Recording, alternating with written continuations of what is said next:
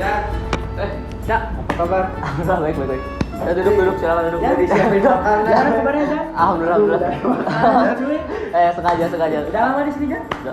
Enggak sih, kayak sekitar 10 menitan lah. Belum lama, makanannya masih hangat. Tadi hujan, Bro. Tadi hujan ya, enggak apa. Jadi ya ini kan siapin makanan lah. Nanti kan biar gak lapar kalian ngobrol. Panjang juga kan. Panjang juga. Nah, soal ngobrolin panjang. Ojan ngundang kita kesini ini buat apa sih? Saya ngundang kalian ya. Kebetulan ada tugas dari sejarah Indonesia tugas. Apa itu aja? Tentang apa? Tentang podcast. Kita bikin podcast lebih menjurus ke Dunia politik ya. Jadi mungkin lebih baiknya kita bahas dunia politik sekarang dulu. Kayak tentang pemilihan umum lah sekarang. Oh, boleh. Makan ya, Jan ya? Makan. Ya, makan. Diterima ya, Jan. Makasih banyak. Ya, sama-sama. Lapar nih, lapar. Nah, menurut Ojan sendiri tentang perkembangan atau mungkin keadaan dunia politik zaman sekarang bagaimana nih, Jan? Perkembangan politik zaman sekarang menurut saya dinamis ya. Dinamis, maju. Tapi condong dinamisnya kayak lebih ke kayak udah dialur gitu. Kayak udah ada Udah disetting. Kayak sekarang kan semisal buat Jokowi Aduh. Bapak ya kayak mengusung anaknya sebagai cawapres itu Gibran atau Buming Raka yang dimana dia kan udah tahu kan kayak ada backing dan power yang begitu gede di belakangnya kayak Jokowi. Terus si capresnya juga kan Prabowo yang dimana dia menjabat sebagai Menteri Pertahanan kan. Kuat lah ya. Kuat. Jadi dimana mereka kampanye ya gampang lah. Enggak. Ya gampang kan. Sebelum itu kita rada takut ya bahas beginian. Ada apa-apa gitu. Iya. Karena kan masih hangat-hangatnya, mungkin alangkah baiknya kita bahas yang lain, Jan. Boleh. Mungkin pertanyaan yang lain dari Ojan, mungkin ada sesuatu yang mungkin Ojan ingin tanyakan ke kita-kita. Kalau tadi kan bisa dititipkan takutnya. Iya, karena masih hangat kan. Takut ada ninu-ninu. Jadi apa ya? Kayak mungkin sekarang kayak kita tanya aja kayak presiden paling berkesan lah di antara kita kan udah ada berapa presiden sih sekarang? 8 ya kalau sampai sekarang. Kalau Prabowo pilih dia jadi ke-8. 8. Ya. Tapi kan masih banyak pro kontra ya. Itu Ya. aduh jangan dibahas deh, masih hangat kan. Ya. Tapi nanti kalau udah masa tenang lah ya. Ya. Jadi ya kayak di antara kalian presiden yang paling berkesan gitu kayak dari sejarahnya, dari historiknya, dari apapun itulah kayak semisal kebijakan lainnya. Encak, Dika? Dari Menurut Tegar saya dulu sih, ya. Semenjak masa B.J. Habibie sih. Kenapa Iya. sih? Kenapa? Karena waktu pas masa B.J. Habibie itu kayak lebih apa ya? Lebih apa ya? Susah. Gimana ya? Lebih damai kah Lebih atau damai lebih gitu. apakah? Terus Apakah lebih terstruktur mungkin? ya, Adanya perubahan yang sangat signifikan kan Ya. dari Soeharto ke Pak Habibie kan sangat jauh ya. Sangat jauh, kan. Dari kultur terus dari kebijakan juga kan kayak kediktatoran jadi tiba-tiba reformasi Ya. mungkin ya udah gitu kan ya gitu. Nah, kalau dari saya sendiri ya, Ya, dari- pertama, Pak Habibie kan ditunjuk ya, bukan dipilih dari masyarakat. Mungkin karena ditunjuk itu karena emang pilihan terbaik kan buat Indonesia. Mungkin ya kebijakan-kebijakannya masuk untuk Indonesia atau mungkin ide-idenya mungkin karena kan kebetulan juga Pak Habibie lulusan dari luar negeri lah Ya, karena Jerman. jadi mengerti tentang politik luar negeri juga mungkin begitu ya. Mas Panca? Tapi ada yang menarik ke Apa tuh, Cak? Pak Habibie sebenarnya agak suka di dunia perpolitikan. Emang? Ya kan? Iya, Dia iya. lebih fokus ke ilmu pengetahuan. Tuh. betul Terus kalau gue cari tahu, Pak Habibie itu selama 6 bulan dia kuliah teknik di ITB dan dilanjut ke Jerman. Oke, mungkin buat penonton atau kita-kita ada yang belum tahu bagaimana kita memperkenalkan Pak Habibie sendiri. Iya, iya. Dia berasal dari mana mungkin? Oke, dari Panca dulu lah ya. Panca dulu. Karena kelihatannya sudah tahu tentang Pak Habibie. Dalam riset deh Pak Habibie.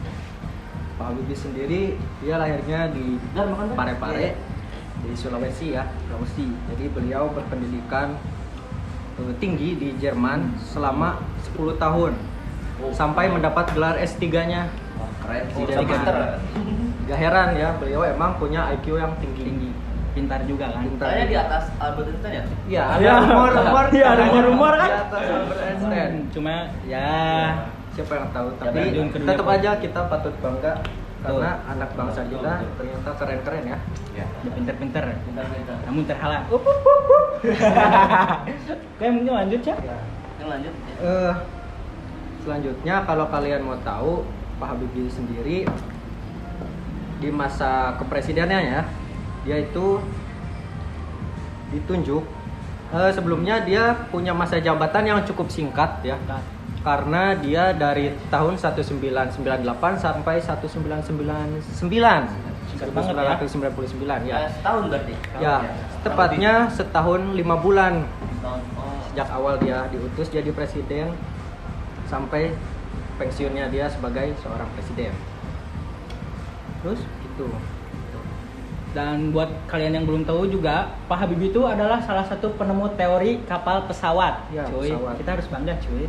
Dia punya banyak hak paten di penemuannya. Tuh. Gitu. Oh, betul. Keren sekali. Keren sekali ya. Sekali. Anak bangsa ya. Karena begitu kita Keren. kagum kepada Pak Habibie. Bukan karena kita pro mungkin ke Pak Habibie, namun Enggak, kita kagum sangat. dengan penemuannya atau mungkin kebijakannya. Ya, kalau kita bahas pendidikan, Pak Habibie memang patut kita bahas dalam pendidikan. Betul sekali, betul sekali. Karena dia kan emang kayak mungkin presiden yang di tingkat pendidikannya cukup tinggi ya. Iyalah. Di ilmu pengetahuannya. Oh ya, kalau kalian mau tahu juga nih, jadi pas awal 1997 Pak Habibie itu dipilih menjadi wakil Presiden Republik Indonesia menggantikan Tri Sutrisno yang kala itu dianggap tidak satu visi dengan Presiden Soeharto. Makanya Pak Habibie langsung diutus tuh jadi wakil presiden. Jadi wakil dulu baru Ya ke sebelum presiden. jadi presiden, Oh. dia ternyata sempat jadi wakil. Wakil Pak Wakilnya Soeharto. Pak Soeharto. Iya, seperti itu. Karena mungkin itu juga ya ditunjuk ya. Iya, sampai akhirnya Soeharto lengser dan digantikan deh sama Pak Habibie. Gitu sih yang gue tahu, yang gue baca. Terus ada juga perubahan-perubahan dari B.J. Habibie membuat banyak pihak terkejut dan banyak yang belum dapat menerimanya.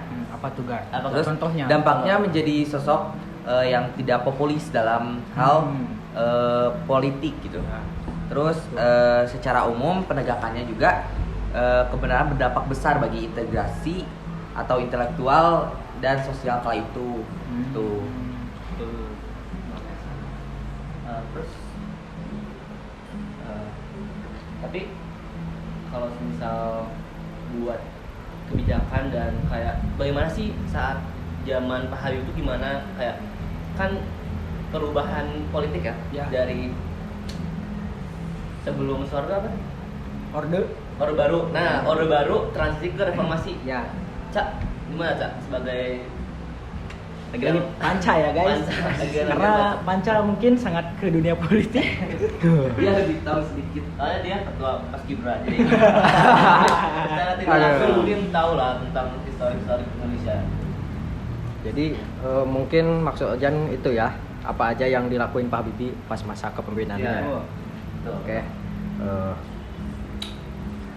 Baru dinusuk Habibie itu pas era keterbukaan pers di Indonesia selama Orde Baru berkuasa. Pers dibungkam sehingga mengalami kemendekan dalam hal demokrasi. Terus ada juga permasalahan Timor Timor. Umur apa tuh, Cak? Oh, Timur ya? Ya kalian tahu kan Timor Timor yang memisahkan diri tuh iya, dari iya, Indonesia. Oh iya iya. Itu Tahu. pas zaman pemerintahannya Pak Habibie tuh. Iya iya. Jadi waktu itu Timor Timor diberikan kesempatan buat Pak Habibie referendum. Jadi bagi Timor Timor di bawah PBB untuk memilih apakah mau merdeka atau mau tetap di bawah otonomi Indonesia gitu. Dan ternyata pilihannya ya seperti yang kita tahu, Timor Timor merdeka. Ya akhirnya memerdekakan dirinya sendiri. Hal ini tentu buruk buat citra Pak Habibie. Tuh. Karena Pak Habibie dianggap gagal Menyesatkan. ya menjaga NKRI dia Ya, betul. nggak Gagal. bisa ya, gitulah kata orang-orang banyak. Padahal sebenarnya banyak juga prestasi yang dilakuin sama Pak Habibie nih, Betul. seperti menanggulangi inflasi ya, hyperinflasi di zaman Pak Soeharto. Ya. Karena kan drastis banget ya. Ya, itu disebutnya hyperinflasi, berartinya ratusan persen itu nilai mata uang kita turun di dunia. Seperti itu. Namun ya bagaimana lah ya, kesalahan menutupi Ya, kebaikan. Ya kebanyakan. mungkin memang ya intinya tiap presiden tentu punya kekurangan sama kelebihannya. Betul. Tapi kalau kita bahas Pak Habibie, tentu kita akan kagum dengan prestasi-prestasinya. Ya. Begitu sih menurut saya. Kan kayak lepasnya Timur kan menuai pro dan kontra kan. Banget lah. Pro kontra sangat. Tapi menurut Panca, di sisi lain, apakah emang seharusnya Timur dilepas ke Habibie atau enggak sih? Kayak? Pertanyaan bagus nih. Eh, Menurut Baik. Panca sendiri. Kalau bisa gue jelasin ya sedikit mungkin. Pertama, Indonesia kan menganut politik bebas aktif, terus Indonesia juga ada undang-undang, ada Pancasila, ada pri kemanusiaan dan pri keadilan yang salah satu isinya tuh kemerdekaan adalah ialah hak segala bangsa di undang-undang tuh kan, pembukaan ya. Nah, mungkin itu yang bikin Indonesia atau Pak Habibie itu berpikir kalau referendum adalah hal terbaik untuk menyelesaikan masalah Timor Timor. Meskipun mungkin kita udah tahu kalau rakyat Timor Timor pastinya bakal memilih untuk meloloskan Memerdekakan diri dari Indonesia. Merdekakan diri ya. Makanya mungkin sebagian orang cuma nilai kalau Pak Habibie wah gak bisa nih jaga Timor Timor, gak becus. Padahal kan emang kayak bagusnya dan kayak tidak ada cara lain kan Iya. selain referendum. Soalnya kan Ya, betul. kalau misal kita tetap menjaga Timur jadi NKRI, kita tuh kayak berlawanan dengan HAM, dimana kan Timur sendiri pengen emang bernegara sendiri kan. Jadinya berontak lah. Ya, berontak. Karena banyak pertimbangan juga mungkin ya. Jadi kalau kita biarin seakan-akan kita malah menjajah Timor Timor Ya, yang sangat betul. bertentangan, Ya. bertentangan. Jadi sama- melawan HAM kan secara Iya, sangat melawan HAM. apa tuh ke? ada Sosis lah. Sorry tadi puasa ya katanya. Oh, sekarang baru buka kan? Baru buka lagi kan, baru maghrib. Apalagi nih Jan, apa yang Ojan pengen tanyakan atau Ojan masih mungkin Bingung. tanda tanya di kepala Pertanyaannya Ojan? besar. Mungkin lebih ke kenapa sih maaf ya sih ya. Profesor Habibie yang kenapa sih Pak Soeharto bisa langsung memilih dia menggantikannya sebagai presiden? Gak kayak mencari kandidat baru selain Habibie. Jangan gimana kan Habibie dia enggan sendiri kan ditunjuk sebagai presiden. Nah, gimana tuh kayak kenapa sih Soeharto memilih dan memaksa Habibie menjadi presiden menggantikan Soeharto? Kenapa tuh Jan? Karena menurut saya mungkin ya, Ya, salah satu jawab aja. alasannya ya. Ya, silakan. Ini pribadi versi Ya, diri boleh, sendiri boleh. ya. Kita Ya, bebas ya. di sini. Bebas lah. Bebas berargumen kan. Ya. Menurut saya mungkin kenapa tidak kayak sekarang dicoblos mungkin ya pemilu atau apa-apa. Kenapa ditunjuk? Karena mungkin Pak Habibie dulunya wakil Pak Soeharto Ya. dan mungkin yang di atas Indonesia ingin Pak Habibie menunjukkan mungkin percikan-percikan jeniusnya mungkin Boleh. karena itu ditunjukkan Getaran. ya getaran-getaran untuk Indonesia kan, tapi kan terbukti dengan inflasinya yang sangat melambungkan cukup merubah Bisa lah diturunkan oleh Pak Habibie sendiri kan. Ya, Kayak cukup inflasi merubah. yang tadi Panca bilang kan. Jadi kayak benar-benar Pak Habibie itu diutus supaya memperbaiki Indonesia Betul. gitu. Maksud saya. Diberi Kayak gitu. tugas Iya, mungkin ya. diberi Quest. tugas, ya, diberi Side kepercayaan. Menurut Tegar nih gimana nih, kenapa Kalau Pak Habibie dipilih? Kurang tahu ya. karena belum Karena kita belum ini ya. hidup, kan? Iya, belum hidup itu. Jadi kurang mengenal apa ya masa Politik di BJ Habibie gitu. Ya, politik Indonesia Iya. belum kenal. Iya ya. Kita belum lahir ya pada saat Tapi kita yang Beda paling lah. tahu mungkin orang-orang tua kita paling. Tapi emang dari orang tua kita sendiri emang menunjukkan bahwa atau berbicara emang Pak Habibie emang bagus. Apalagi nih Jan, apa ya? Sekarang mungkin Setelah kepemimpinan Pak Habibie, Boleh? oh, Mungkin Cak, dibahas. boleh? Ya. Apa tuh, Cak? Kenapa dengan Indonesia setelah kepemimpinan Pak Habibie nih? Kenapa nih, Cak? Coba jelaskan. tentu setelah Presiden Pak Habibie ada presiden keempat, yaitu Siapa tuh? Siapa tuh? Siapa tuh? Megawati bukan ya? Megawati ya? Iya, itu. Ya udahlah, itu mungkin gak usah kita bahas. Tapi kalau dari saya, jadi setelah Pak Habibie selesai menjabat sebagai presiden, ya lebih banyak tinggal di Jerman. Jadi dia menghabiskan waktu di Jerman untuk menikmati masa pensiunnya, Ya. gitu.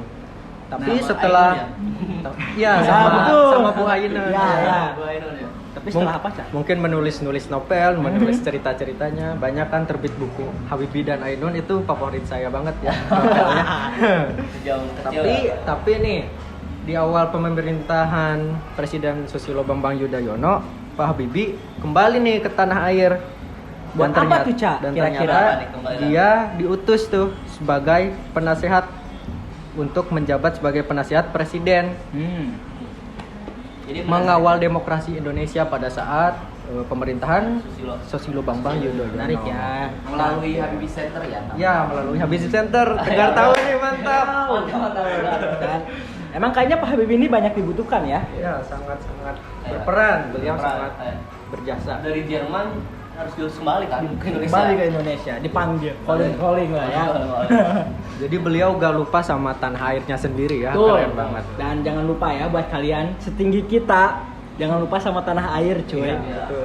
Harus menjunjung Tinggi. tanah air. Jadi kalau menurut gue gak heran sih kalau Tegar Kenapa Tegar? punya favorit presiden Pak Habibie. Woi. Tuh. Karena gue juga sependapat tuh. Pendapat ya. Apalagi nama Tegar Lukman Habibie.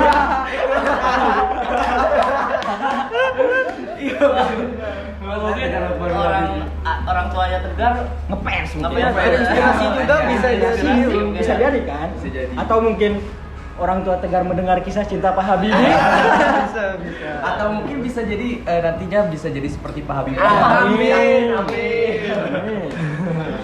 Siapa yang tidak mau jadi Pak Habibie ya? Siapa yang mau gak berjasa kayak Pak Habibie? Betul. Siapa yang gak mau berjasa? Siapa yang mau?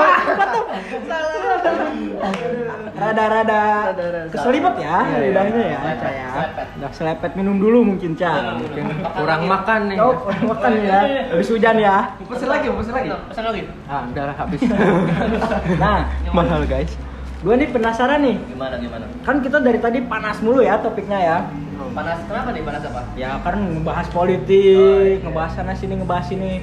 Bagaimana nih dengan kisah percintaan Pak Habibie? Karena menurut saya nih cukup menarik ya, karena Cukup menarik dan cukup dikenal ya. ya karena kan cinta ya, karena ada filmnya juga kan. betul, karena sangat fenomenal lah di Indonesia. Siapa yang tidak tahu kan tentang kisah percintaan Pak Habibie? Menurut Iya. Panca nih, percintaan dengan Pak Habibie dengan Bu Ainun itu bagaimana sih? Pak Habibie dan Ainun ya. Menurut Panca pribadi lah. Jangan Oke. pribadi.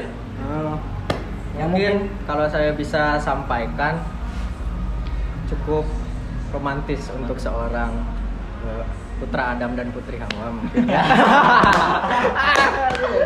Dan dibalik kecerdasannya ya, Iya. mungkin dibalik sibuknya belajar kan. Kalian tahu kan Pak Habibie itu di Jerman, di negeri orang. Beliau kalau saya nonton filmnya ya, kalian mungkin udah pada tahu filmnya Pak Habibie Iya, udah iya. tayang. Jadi yang nonton sih. Film masa sih belum nonton? Belum nonton ternyata guys. Harus nonton, Tegar harus nonton. Sibuk. Dia banyak kenalan ya, seperti perempuan dari Swiss namanya siapa ya, Irona gitu ya, lupa lagi, pokoknya kenalan. Tapi dia nggak mau karena dia udah punya pujaan hatinya sendiri, yaitu Ibu Ainun. Dan sangat romantis Iya, ya, sangat karena romantis. mungkin dari kisah percintaan Pak Habibie ini mengajarkan kita untuk setia, mungkin setia ke pasangan dan ke tanah air. Gimana nggak romantis? Dia udah nulis bukunya Habibie dan Ainun, karya Pak Habibie, tentu yang terinspirasi dari Ibu Ainun sendiri, ya, kisah cintanya sendiri. Tuh. Apalagi Ujan mungkin yang ingin ditanyakan atau mungkin pendapat Ujan sendiri tentang Pak Habibie ini bagaimana? Pak Habibie dari tadi story terus percintaan. Mungkin sekarang lebih apa ya? Dan ada kan Oh ya mungkin karena kan kita sudah hampir semua dibahas ya, Iya, dari iya, awal semua menjabat, pendidikan, percintaan. Ya udah sih. Apalagi ya. mungkin apa ya? Makan mungkin Makan. Enak cuy sosisnya cuy. Oh ya, saya baru keingat kata-katanya Pak Habibie ya buat Bu Ainun. Mungkin kalau kalian mau ya. What? Jadi Pak Habibie pernah ditanya sama temannya, dibercandain gitu mungkin ya. Ngapain kamu tergila-gila sama Bu Ainun? Dia itu orang orang itu. Lihat kamu bukan siapa-siapa gitu, kata Pak Habibie. Terus dia ternyata bilang, ya gak apa-apa kalau dia diciptakan untuk saya, kamu jungkir balik pun dia tetap milik saya. Asik. Sangat Dari situ saya belajar sedikit lah tentang percintaan. banyak mengambil percintaan lah ya, dari percintaan Pak Habibie mungkin. Terus akhirnya Pak Habibie menikah sama Bu Ainun tuh di tanggal 12 Mei 1962. Akhirnya mereka membuktikan cinta mereka gitu. Akhirnya menikah. Udah mungkin lah itu aja kalau bahas Ainun mah. Bu Ainun mah. Mungkin ya, karena kita kan sudah bahas hampir semua ya, dari pendidikan, kepolitikan, dari sekarang, dari zaman dulu, dari kisah-kisah Pak Habibie, histori hidupnya Pak Habibie. Pendidikan juga. Betul. Mungkin ada kata-kata buat Pak Habibie dari Ojan nih, Ojan sendiri. Kata-kata yang mungkin menggambarkan Pak Habibie atau mungkin buat Pak Habibie nih, cuy. Coba.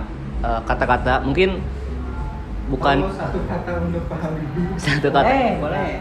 Masing-masing kita ayo bertiga Satu kata buat Pak Habibie mungkin lebih ke cerdas mungkin ya dia. Di antara pendidikannya juga, terus di masa kepemimpinannya juga dia cerdas kan. Dan masih banyak hal lain sih yang bisa disebut cerdas dari Pak Habibie. Mungkin dari Tegar satu kata. Kalau buat saya sendiri sih cuman 2 kata atau 1 kata ini ya. Bebas lah ya. Satu kalimat tuh Satu novel pun boleh kan? Tapi pasti gak cukup yang Ya jadi gak akan cukup, cuma ini dah sih. Good attitude. Jadi karena beliau juga bilang ilmu tanpa sopan adab adalah gak berguna. Widih. Quotes lagi nih. Quotes lagi nih ya buat kalian. Pansa emang bijak. Emang quoters banget guys. Dari saya mungkin ya, 1 kata buat Pak Habibie, pelajaran lah. Karena kita dapat mengambil pelajaran dari Pak Habibie sangat bisa digali dan lebih dalam lah. Banyak pelajaran dari Pak Habibie yang diberikan oleh Pak Habibie untuk kita lah. Manca mungkin. Oke. Manca nih. Kalau dari saya terakhir kecerdasan udah ya. Pelajaran udah. Apa ya? Cinta mungkin bisa, tapi saya lebih condong ke loyalitas karena beliau orang pintar, beliau orang yang bisa mengejutkan dunia, tapi beliau gak lupa sama tanah airnya sendiri, negaranya sendiri ya. Mau sebagus apapun pendidikan di Jerman, tetap bawa ilmunya ke Indonesia dan diterapkan di Indonesia. Tuh, karena paling sulit itu adalah kesetiaan. Dan loyalitas. Oke, dan loyalitas. Jadi kata-kata dari saya loyalitas mungkin itu. Kembali ke Ojan. Mungkin Sudah. sudah ya kayaknya Kita udah bahas semua ya. bahas semua. Mungkin tidak semua tapi inti besarnya udah terbahas tadi. Menurut versi kita sendiri. Menurut lah. versi kita sendiri ya di podcast apa namanya? Podcast DDK. DDK. DDK ya. DDK. Kita dikejar deadline banget ini DDK. tugasnya. Cuy. Sekarang udah Jam berapa? Jam 7. Cukup malam ya sekarang. Jadi mungkin ya kesimpulan mungkin ada dari podcast ini DDK dadakan. Ya silakan dari Ojan aja. Ojan yang undang kita. Iya. Apa yang Ojan ambil dari podcast inilah? Mungkin Mungkin Terus apakah pesan juga buat teman-teman. tugas cara bikin podcast ini apakah baik mungkin atau gimana? Ojan pesan. mungkin pesan saya buat tugas atau ya bikin podcast seperti begini. Kita tuh dibikin kreatif. Misal kita harus bisa mengupas atau mencari materi, searching, riset tentang Pak Habibie sendiri kita kan melalui Pak Habibie. Terus kita Public speaking kan? public speaking juga kita sama kalian jadi kan di depan kamera kita harus Berani lah. jadi berani kan, jangan gugup. Dan mungkin terakhir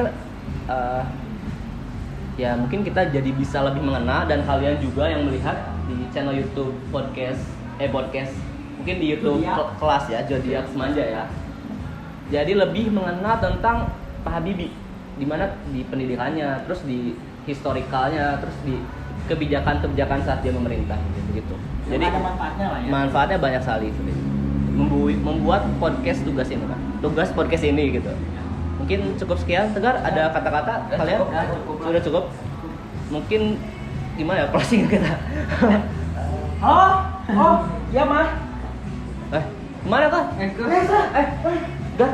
Ya udah, gue dulu aja. Terima kasih banyak. Ini tolong dibayarin aja ya.